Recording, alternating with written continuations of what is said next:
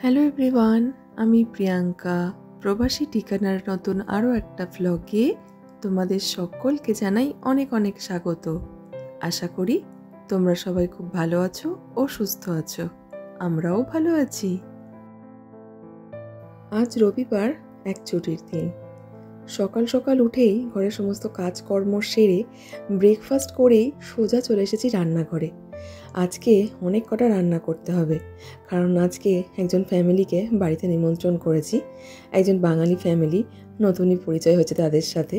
তো তাদেরকেই আজকে বাড়িতে ইনভাইট করেছি। তার জন্য বেশ মোটামুটি খুব বেশি রান্না করব না, তবুও সকাল থেকে একটুখানি রান্না করতে শুরু করে দিয়েছি। তো প্রথমেই দেখলে করে নিলাম ফ্রাইড রাইস। ভাবলাম কি করব কিছু মাথায় আসছে না। তো তারপর ভাবলাম না, ফ্রাইড রাইসই করি। প্রথমে ভাবছিলাম বিরিয়ানি করব, কিন্তু আমি বিরিয়ানি যে খুব একটা ভালো হয় প্রত্যেকবারই সেরকম না। তাই জন্য ভাবলাম ফ্রাইড রাইস করি, তার সাথে পনির করব, চিকেন করব। আর এখানে অনেকটা পনির দেখছো, এটা আমরা কস্কো থেকে নিয়ে এসেছিলাম। তো কিছুটা করেছিলাম আর বাকিটা রাখা ছিল। তো এইটা প্রথমে একটু বড় বড় শেপ দিয়ে নিচ্ছি, কারণ কিছু স্টার্টারের জন্য পনির টিক্কা করব। তো সেইগুলো কিছু আলাদা করে রাখছি, আর বাকিটা করব পনির বাটার মশলা। খুব একটা যে বেশি রান্না করছি তাও নয়। এই স্টার্টারের জন্য 2 রকম আর মেন কোর্সে 3 রকম রান্না করছি। তাও জানি না আমার রান্না করতে কেন এত বেশি সময় লেগে যায়। আর এখন দেখতে পাচ্ছি পনির টিক্কার জন্য আমি এর ব্যাটারটা রেডি করছি। তার জন্য দিয়ে দিয়েছি প্রথমে দই, তারপরে লঙ্কার গুঁড়ো, ধনে গুঁড়ো, জিরে গুঁড়ো, একটু বেসন দেব, হলুদ, নুন, কাসুরি মেথি, মানে সমস্ত কিছু যা লাগে পনির টিক্কাতে সমস্ত কিছু দিয়ে আমি ভাবছি আগে আর একটু আদা রসুন বাটা। তো এইগুলো সমস্ত দিয়ে ম্যারিনেট করে আগে থেকে একটু রেখে দেবো। এটা মিনিমাম 30 মিনিট রাখলে ভালো হয়, তার উপরেও রাখলে আরও বেশি ভালো হয়। কিন্তু আমি এটা প্রথমে রান্না করার আগে রেখে দেবো। রান্না করার মানে শেষ হওয়ার একটু আগে তারপরে ওভেনে দিয়ে দেবো, তাহলে খুব অনেকক্ষণ ধরেই থাকবে এটা মশলার মধ্যে। এদিকে মিষ্টির জন্য কি বানাবো ভেবে পাচ্ছিলাম না, তাই আগের দিনই আমি গাজরের হালুয়া বানিয়ে রেখে দিয়েছিলাম। তো সেটার তোমাদেরকে দেখানো হয়নি, কারণ আগের দিন মানে সমস্ত কিছু করার পর রাতই হয়ে গেছিলো। তারপরে ভাবলাম যে মিষ্টিটা বানিয়েই রেখে দিই, কারণ পরের দিন আবার ওইটা বানাতে গেলে অনেকটা সময় লেগে যাবে। এদিকে কিছু বড় বড় করে ক্যাপসিকাম আর পেঁয়াজ কেটে নিয়েছি। এইগুলো সমস্তই একেবারে ম্যারিনেট করে এখন আমি ফয়েল পেপার দিয়ে এটাকে মুড়িয়ে রেখে দিচ্ছি। আর এখানে আমার একদম মাথায় নেই যে স্টিক আনতে হবে। স্টিক আর নেই, কী করবো ভাবছি ওই রকমভাবেই দিয়ে দেবো। এদিকে প্রীতেশ বলছিল, প্রথমে একবার মানে দেখতে এসেছিল রান্নাঘরে যে আমি কী করছি।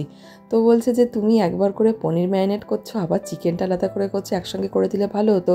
কিন্তু আমার মনে হলো একেবারে করে দিলে ওই চিকেনের ফ্লেভারটা আবার চলে আসতো পনিরের মধ্যে। তাই জন্য পনিরটা আগে করে তারপরে আবার এই চিকেনের মোটামুটি ওই একই মশলা লাগছে, শুধু আমি একটা বিরিয়ানি মশলা এক্সট্রা করে আমি আবার দিয়েছি এটাতে, মানে এই চিকেনটাতে। যদিও এটা একদমই অপশনাল, তো এটা একটু ফ্লেভারের জন্যই আমি দিয়েছি। তোমরা চাইলে দিতেও পারো, নাও দিতেও পারো। আমরা এখন যে দোকান থেকে চিকেন নিয়ে আসি সেটা বাংলাদেশি দোকান না পাকিস্তানি দোকান ঠিক জানি না, কিন্তু দেখি সেখানে সমস্ত ফ্রেশ চিকেন কেটে ফেটেই দেয়, আর সেই ছাল ছাড়ানোর ঝামেলা থাকে না। তাহলে সুপার মার্কেট থেকে কিনলে সে ছাল ছাড়াতে মানে অবস্থা খারাপ হয়ে যায়। সে ছাল ছাড়ানোটা কিন্তু মানে অনেক মুশকিলের ব্যাপার। কিন্তু এই চিকেন উইংসগুলোকে দেখলাম এগুলোকে এরকমই দিয়ে দিয়েছে, ছাল আর ছাড়ায়নি। সে বাড়িতে এসে আমাকে চিকেন উইংসগুলোর আবার ছাল ছাড়াতে হলো। তা না হলে যে এমনি আলাদা করে যে চিকেন কিনেছি, প্রীতেশই নিয়ে এসেছে, তো আমি ওকে বললাম তুমি একবার দেখে নাও নি, তো বলতে পারো নি যে একবার ছালটা ছাড়িয়ে দিতে? বলো আমি তো জানি না, আমি জাস্ট ওদেরকে বললাম, তো ওরা প্যাক করে দিয়ে দিল। তো ওদেরকে বরাবর আমরা যেরকম চিকেন নিই দেখি যে ছাল থাকে না, এমনি দেয়। কিন্তু এমনি চিকেনের দেখলাম ছাল ছিল না, কিন্তু এই চিকেন উইংসগুলোর ছাল ছিল। তো এইগুলোকে বাড়িতে এনে আমি আবার ছাল ছাড়াই। ওদিকে ওই দুটো আমি ম্যারিনেট করে রেখে দিয়েছি। আর এদিকে পনির বাটার মশলার জন্য পনিরগুলোকে একটু ভেজে নিচ্ছি। এবার পনিরগুলোকে হালকা করে একটু ভেজে তুলে রেখে এবার পেঁয়াজ, একটু আদা, টমেটো এইগুলো হালকা করে একটু নেড়ে নেব। তারপরে দেবো কাজু বাদাম। এই সমস্ত দিয়ে হালকা একটু ভেজে তারপর এটাকে বেটে নেব। মোটামুটি পনির বাটার মশলা করার জন্য খুব একটা বেশি খাটাখাটনি করতে হয় না। আর মিক্সির জারে দেখলে একটু আমি পোস্ত নিয়ে নিয়েছি আর চার মগজ নিয়ে নিয়েছি। এ দুটো আমি আগেই রেখে দিয়েছিলাম, তার সাথে একটু টক দইও রেখে দিয়েছিলাম। আর ওই যে মশলাটা ভেজেছিলাম ওইটাও দিয়ে যখন ঠান্ডা হলো একেবারে বেটে নিয়ে ব্যাস একটু ঘিটা কড়াইতে দিয়ে তারপরে মশলাটা দিয়ে পনিরটা ছেড়ে দিতে হবে। কালারটা দেখো বেশ ভালোই এসেছে কিন্তু। এদিকে আমি ভাবলাম একটু কাসুরি মেথি উপর দিয়ে দিয়ে দেবো, এদিকে প্রীতেশ বলল ওইটা আবার দিও না। ওর জানি না কেন কাসুরি মেথি দেওয়াটা ওর আবার খুব একটা পছন্দ হয় না, কিন্তু আমার কিন্তু বেশ ভালো লাগে ওটা দিলে। এদিকে আমার পনিরটা হয়ে গেছে। এদিকে চিকেন দো পেঁয়াজা করার জন্য চিকেনগুলোকে একটুখানি নুন হলুদ মাখিয়ে রেখেছিলাম এই 10 মিনিট মতন। এখন এগুলোকে একটু ভেজে নিচ্ছি। এই রকমভাবেও চিকেন করে একবার দেখতে পারো, খুব ভালো কিন্তু খেতে হয়। এমনি তো আলাদা করে মাঝে মধ্যে তো মশলার মধ্যে মাখিয়ে রেখে যেহেতু আমরা করি, কিন্তু মাঝে মধ্যে এরকমভাবে চিকেনটা নুন হলুদ দিয়ে আর একটু লঙ্কার গুঁড়ো এই 3টে দিয়ে মাখিয়ে হালকা করে ভেজে নিয়ে এরকমভাবে একবার করে দেখো, খুব ভালো লাগবে। তারপরে মশলা, যেসব মশলা লাগে পেঁয়াজ আদা রসুন টমেটো লঙ্কা এই সমস্ত বেটে দিয়ে দিয়েছি কড়াইতে। তারপরে কাঁচাই দিয়েছি একটু বড় বড় করে পেঁয়াজ আর ক্যাপসিকাম। এটা ভেজেও দেওয়া যায় আবার কাঁচাও দেওয়া যায়। ভেজে একটু রেখে দিলে এমনিতে তো গলে পুরো পাক হয়ে যাবে, তাই জন্য আমি কাঁচাই দিয়ে দিয়েছি। এটারই ফ্লেভারটা না ভীষণ ভালো আসে এই পেঁয়াজ আর ক্যাপসিকামের। এদিকে রান্না আমার শেষের দিকে, তাই প্রথমে যে চিকেন আর পনিরটা যে ম্যারিনেট করে রেখেছিলাম স্টার্টারের জন্য, সেটাই ভাবছি এবার ওভেনে দেওয়ার টাইম হয়ে গেছে। তাই এগুলোকে এবার এক এক করে সাজিয়ে নিচ্ছি, দুটো একসাথেই দিয়ে দেবো। এই সাইডে দেখছি পনির, আমার স্টিক নেই যেহেতু, তো ভাবলাম এই রকমভাবেই দিয়ে দিই। মানে ওই যেরকমভাবে আর কি আমরা তালি তাপ্পা দিয়েও কাজ করতে পারি, ঘরে কিছু যদি নাও থাকে।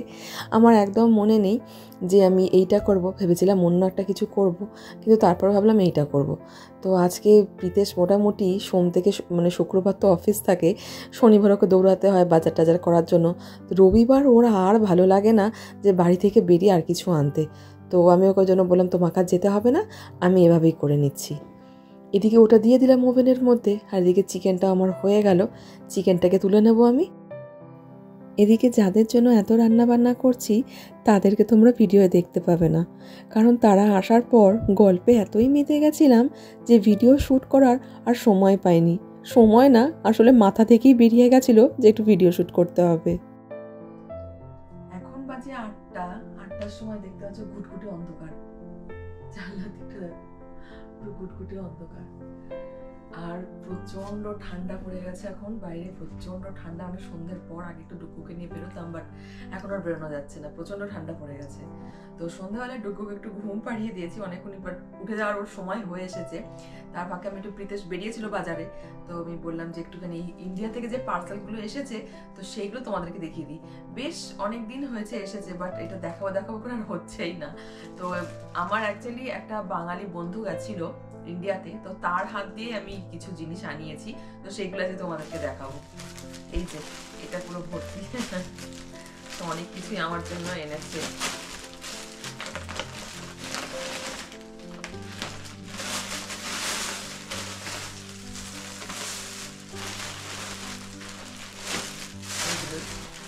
জামা কাপড় আমাকে বলছিল জামা কাপড়, বাট আমি অনলাইন থেকে অর্ডার করছিলাম, তো এই সমস্ত কিছু আমি অ্যামাজন থেকে অর্ডার করেছি। তো অনলাইনে আমি দেখিনি সেরকম শাড়ি টাড়িগুলো খুব একটা ভালো, তাই জন্য শাড়ি এখানেই কিনেছি আমি। অ্যামাজন থেকে অর্ডার দিয়েছি, তো এখনো পর্যন্ত আসেনি, তো শাড়ি কিনিনি।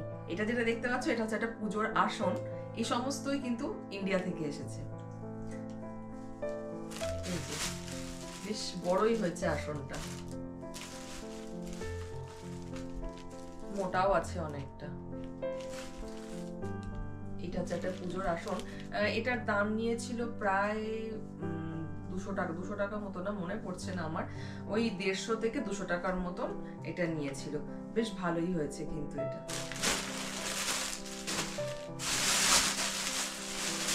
আর প্রচুর কসমেটিক্স আর জুয়েলারি অর্ডার করেছি।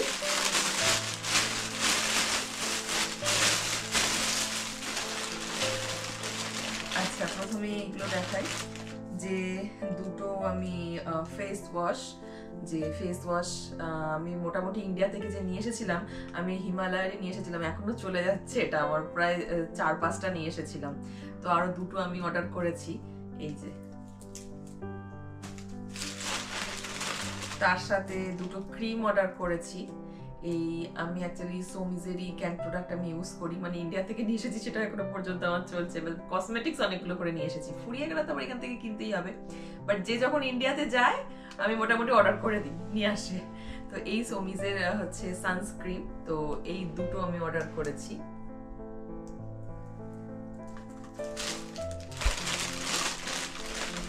আর এইটা হচ্ছে একটা মেবলিনের ফাউন্ডেশন। এই হচ্ছে একটা মেবলিন ফিট মি ফাউন্ডেশন, এই একটা অর্ডার করেছি। আমার শেড নাম্বার হচ্ছে 128। এই একটা করেছি। এই সমস্ত মিলে টোটাল কত পড়েছিল গো প্রাইস? 4,500 টাকা। এবার আসছে হচ্ছে জুয়েলারি। দুটো হচ্ছে চুড়ি অর্ডার করেছি। তার মধ্যে একটা চুড়ি গেছে ভেঙে, আমার আনতে আনতে হয়তো হবে বা এরকমই হয়তো দিয়েছে ডেলিভারি, বাট এখানে তো আর সেটাকে রিপ্লেস করার কোনো অপশন নেই। তো এই হচ্ছে এরকম চুড়িটা।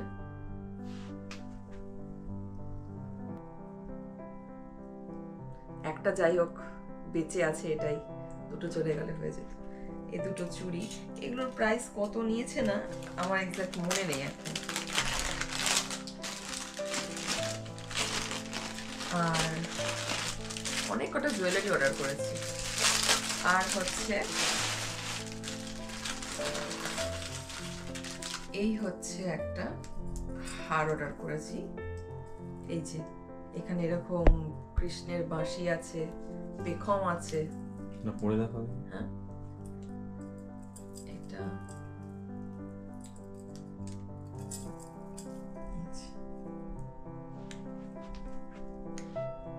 এটা দেখে বেশ পছন্দ হয়ে গেল। মোটামুটি কত, এই 200-250 মনে হচ্ছে এটা নিয়েছে, আমার ঠিক মনে পড়ছে না। তো এই হচ্ছে গলার হারটা, আর তার সাথে আছে কানের দুল। এই যে এইটা হচ্ছে কানের দুল।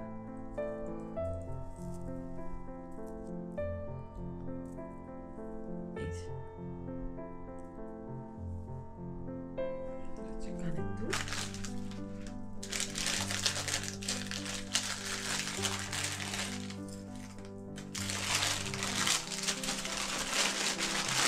এর সাথে আর একটা অর্ডার করেছি এরকম মতি। এটা হচ্ছে রাজস্থানী জুয়েলারি। তো এই একটা রাজস্থানী, পুরো ইন্ডিয়া থেকে মনে হচ্ছে অর্ডার করেছে, রাজস্থান পুরো ইন্ডিয়া যেখানে যেখানে আছে। তো এই একটা দেখে আমার ভীষণ পছন্দ হয়ে গেছে।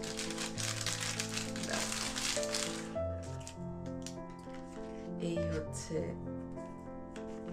জিনিসটা, দেখা যাচ্ছে।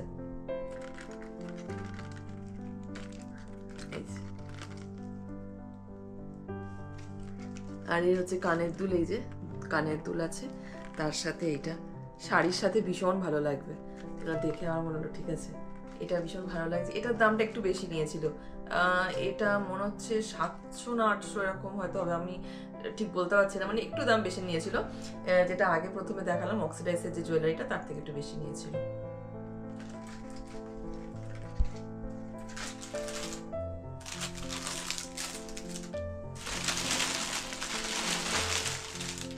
আরো একটা শেষই হচ্ছে না, শেষই না, আর একটা মনে হচ্ছে আছে। হ্যাঁ, আর একটা কি আছে সেটা বলতে পারছি না। তোমারই তো বাজার। এই একটা, এটা হচ্ছে এরকম চোকার সেটের মতন, চোকার সেট, তার সঙ্গে দুটো হচ্ছে কানের দুল, আর একটা হচ্ছে রিং আছে। রিং কানের দুল সব দেখতে একই, মাঝখানে একটা রিং, এটা হচ্ছে কানের দুল, আর এটা হচ্ছে চোকার সেট। একটা এরকম আমি অর্ডার করেছি যে একটা চোকারের মতন অর্ডার করেছি, আর একটা লম্বায়। তো দুটো দুরকম। এখানে দুদিনই পুজো হবে, শনিবার রবিবার, তো দুদিন দুরকম পরে যাব।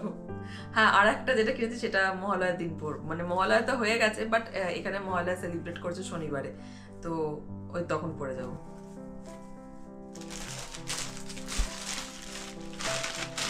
আর আচ্ছা হ্যাঁ, আর একটা আমি তোমার না এইটা অর্ডার করেছি, আমি সেট অর্ডার করেছি, সেট না, এটা হচ্ছে মাথা পাট্টি। আমি জানি না মাথা পাট্টি পড়তে পারবো কি পারবো না, কিন্তু তখন অনলাইনে দেখলাম, দেখে ভালো লেগে গেল, মানে ভালো লাগলে তো নিতেই হবে। এটা এজ আ চোকারও আমার মনে হচ্ছে পরা যেতে পারে, এটা হচ্ছে মাথা পাটি, এটা হচ্ছে রাজস্থানি টাইল।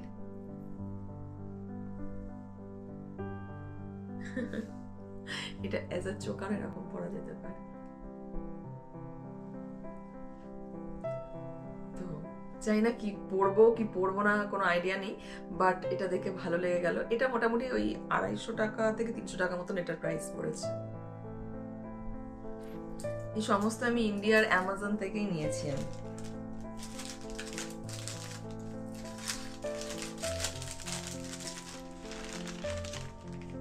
আর দুটো লিপস্টিক অর্ডার করেছি, একটা আছে লিকুইড ফর্মে আর একটা হচ্ছে তোমার এমনি স্টিক। তো একটা হচ্ছে সুইস বিউটির আর একটা হচ্ছে সুগারের। তো দুটো অর্ডার করেছি, এই দুটো লিপস্টিক অর্ডার করেছি। আর বাস এখানে আচ্ছা একটা মামাআর্থের শ্যাম্পু ফ্রি দিয়েছে। একটা বড় কিছুই দিতে পারতো, এইটুকু একটা শ্যাম্পু ফ্রি দিয়েছে, বড় একটা দিতে পারতো কিছু একটা। এই হলো। আর আমার যে বাঙালি বন্ধু যে গেছিল ইন্ডিয়াতে, তো সে আমার জন্য একটা শাড়ি নিয়ে এসেছে, সেটা তোমাদেরকে দেখাচ্ছি। ভালোই করেছে, লাল কালারের শাড়ি নিয়ে এসেছে, কারণ মহালয়া মানে এখানে যেদিন সেলিব্রেট করছে সবাইকে লালের ওপরে শাড়ি পরে যেতে বলেছে। তো এইটাই ভাবছি পরে যাবো আমি।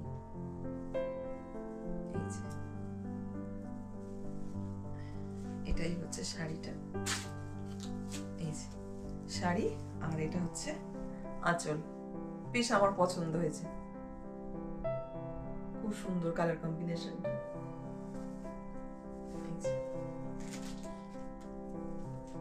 ভেতরটা একই আছে, এটা বডি আর এটা হচ্ছে আঁচল।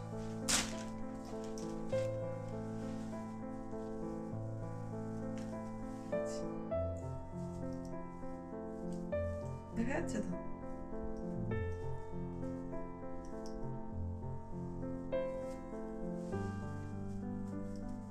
এই বাস এসেছে ইন্ডিয়া থেকে। আর তোমরা আগের ব্লগে যে দেখলে যে আমরা গেছিলাম এখানে হচ্ছে একটা ইয়েতে, তো সেখানে আর কি আমরা ডুগু আর প্রীতেশের জন্য তো জামা কাপড় কিনে নিয়েছি, ব্র্যাডফোর্ডে গেছিলাম, সেখানে কিনে নিয়েছি। আর আমার জন্য শাড়ি হচ্ছে অনলাইন থেকে আসবে। তো অনলাইন থেকে আমি ভাবছি একেবারে আমার শাড়িটারই আসুক, তারপরে তোমাদেরকে একেবারে আমার শাড়ি ওদের পাঞ্জাবিগুলো একবারে দেখাবো। তো এটা যেহেতু ও এনেছে, আমার এক বান্ধবী, বাঙালি বান্ধবী, তো ওই জন্য তোমাদেরকে দেখিয়ে দিলাম যে এই কটা এসেছে আমার ইন্ডিয়া থেকে এসেছে। তো জেনেছে, থ্যাংক ইউ সো মাচ, তাকে অনেক অনেক ধন্যবাদ আমার এত কিছু আনার জন্য। মোটামুটি এখান থেকে যে ইন্ডিয়া যায় না কেন চেনা পরিচিতের মধ্যে মোটামুটি বলে প্রত্যেকের বলে দেয় যে মোটামুটি কিছু প্রয়োজনীয় জিনিসপত্র থাকলে আনার জন্য। তো এই যে মোটামুটি এত কিছু এনেছে, এটাই অনেক ব্যাপার। এই হারটা একটু পরেই নিলাম, তো এটা মোটামুটি শাড়ির ওপর না পরলে বোঝা যাবে না, তবুও পরে নিলাম। কানের দুলটা থাক, কানের দুলটা পরছি না। ভালো লাগছে এটা, ভালোই লাগছে, এটা বোঝা যাচ্ছে। হ্যাঁ এটার সাথে বোঝা যাচ্ছে না, শাড়ি পরলে তার সাথে বোঝা যাবে। তো আজকের মতন এই পর্যন্তই। তোমাদের কেমন লাগলো এই ভিডিওটা অবশ্যই কমেন্টে জানিও। ভালো লাগলে প্লিজ একটা লাইক করে দিও। আবার দেখা হবে আগামী নতুন একটা ব্লগের সাথে। তোমরা সবাই খুব ভালো থেকো, সুস্থ থেকো, সাবধানে থেকো।